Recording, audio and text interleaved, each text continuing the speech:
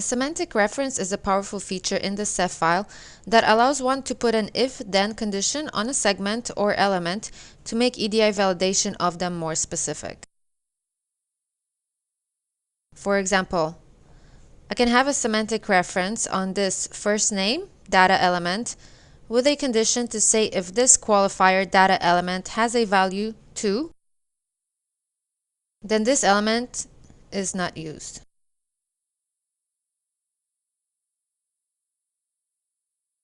Or I can have one to work with a value list. For example, I can have a semantic rule on this element to say that if this data element has a value of RD8, then use a regular expression value list with a date range format. So let's create the semantic reference for the first example. First, I have to create an object variable for this qualifier element so that I can reference it in the semantic reference. So let's right-click on it and then select Add Object Variable. I'll give it a name in relation to its location, 1000A NM102, then click OK. Here's the object variable. Next, we go to the element where we'll put the semantic reference. Right-click on it, then select Add Semantic Rule. In the Conditions Variable drop-down field, select the object variable we just created. In the operator field, select equal.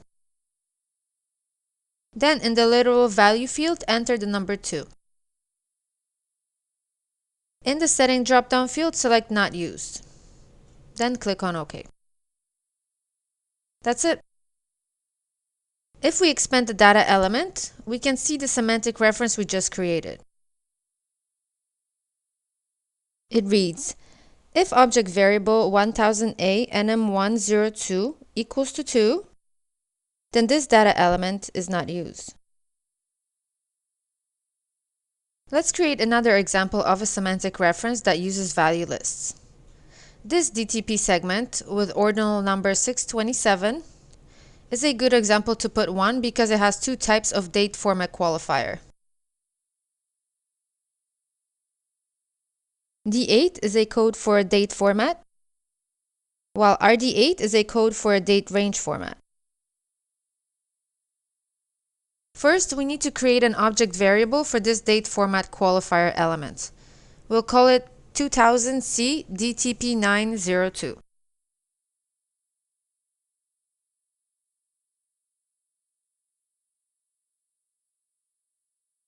Okay, so now let's go to the data element that will hold the date value. This is where we will put a semantic rule to check for the qualifier RD8 so that it would apply the range date format. But before we do that, let's add a default format to the element for cases when the qualifier is not RD8. So let's right-click on it. Then select Add Value Reference.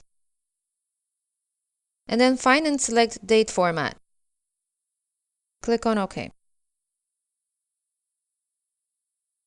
And here's the value list we just added. Okay, so now let's add the semantic rule. So right-click on the data element, then select Add Semantic Rule. In the variable field, select Add the object variable 2000C DTP902. In the operator field, select equal. In the value field, enter RD8. Then in the drop-down field, select App Value. And then in the setting field, select Date Range Format. That's it. Click on OK. Let's expand the nodes to see what we just did. So in this data element, we have a semantic reference that states that if this object variable equals RD8, then use the date range format. Otherwise, use the default date format. We're done. Let's save this SEF file and test it with an EDI file.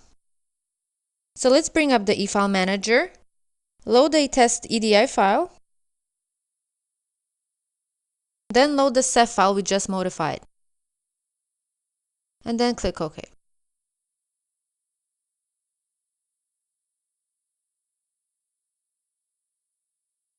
we see two errors caught. The first error basically says that a data element marked not used contains data. Let's double click on it. It takes us to the data element where we had placed a semantic rule that said this first name, data element, should not be used if the entity type qualifier element has a value 2, which it has. So the error message is correct. Now let's check the second error. It basically states that the value in the data element does not follow the date range format. If we double click on it, it takes us to the data element where we have placed a semantic rule that said if this date qualifier data element is RD8, which it is, then this date period data element should have a date range format, which it does not. So the second error message is also correct. So by catching these two errors in the EDI file, the semantic rules that we just added are working the way they should, and are now adding to make the EDI validation more stringent and accurate. For more details about editing SEF files and EDI validation, please visit us at www.edidev.com.